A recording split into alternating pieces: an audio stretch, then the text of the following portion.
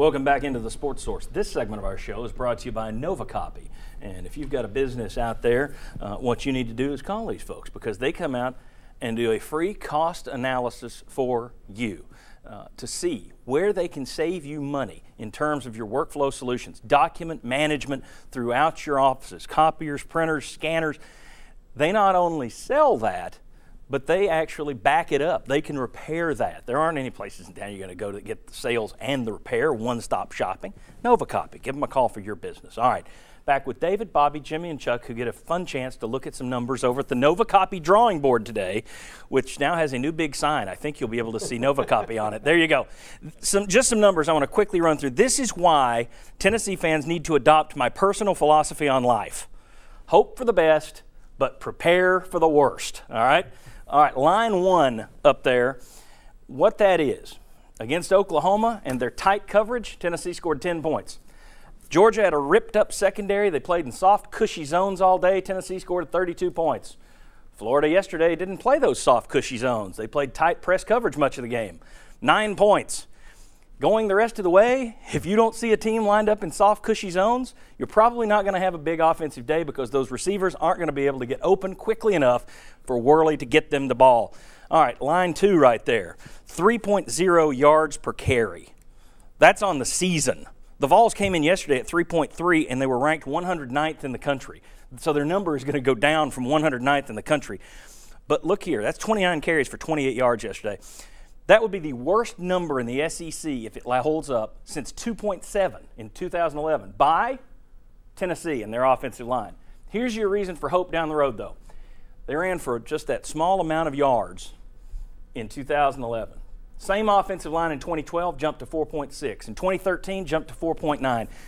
You got to give this offensive line time. I think we've said that. The ex-offensive linemen on our show have said that.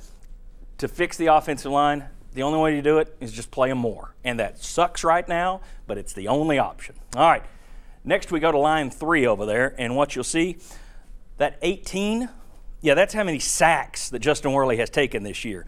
And I know that Worley held it a little too long a couple of times yesterday. If a quarterback doesn't get 3 seconds to throw, that's not on the quarterback. And many of the times, that's 3 seconds. So in this case, 18 sacks plus 3 seconds to throw, that equals 7.8. That's how many yards you averaged per catch yesterday. That's how short you're having to throw the football. And some of those were before Florida came up and started pressing you in the second half. So if you don't give him time to throw, you're going to get smaller and smaller passing yards. You don't have time at 2 seconds for a guy to run 20 yards down the field. The last thing, if you go back over there, 7-7 since 2009. That is Tennessee's record when they've won the turnover battle against Power 5 teams. They are 5-30 when they have tied or lost the turnover margin against Power 5 teams since 2009. You didn't win it yesterday. You tied it 3-3. 5-30, which just shows you where the talent has been over the last few years. And then lastly, one more thing to keep in mind and to be worried about moving forward. If we can get a close-up. There you go. That's a brick wall. That's the freshman wall. 32 bricks? Right now, right now, yeah, they're building bricks. They're going to run into it. Right now, lots of freshmen are playing, lots of snaps. Most freshmen hit a freshman wall at some point. Doesn't mean they all will. Doesn't mean they'll all hit at the same time. But when you're playing this many freshmen, this many snaps, I think it's a concern going forward. That, to me, is the DNA for this team. Be hopeful for the future. Be wary the rest of the way. I said 5-7 to start this season. Some said 6-6. I think that's the target zone still. Anybody disagree with that?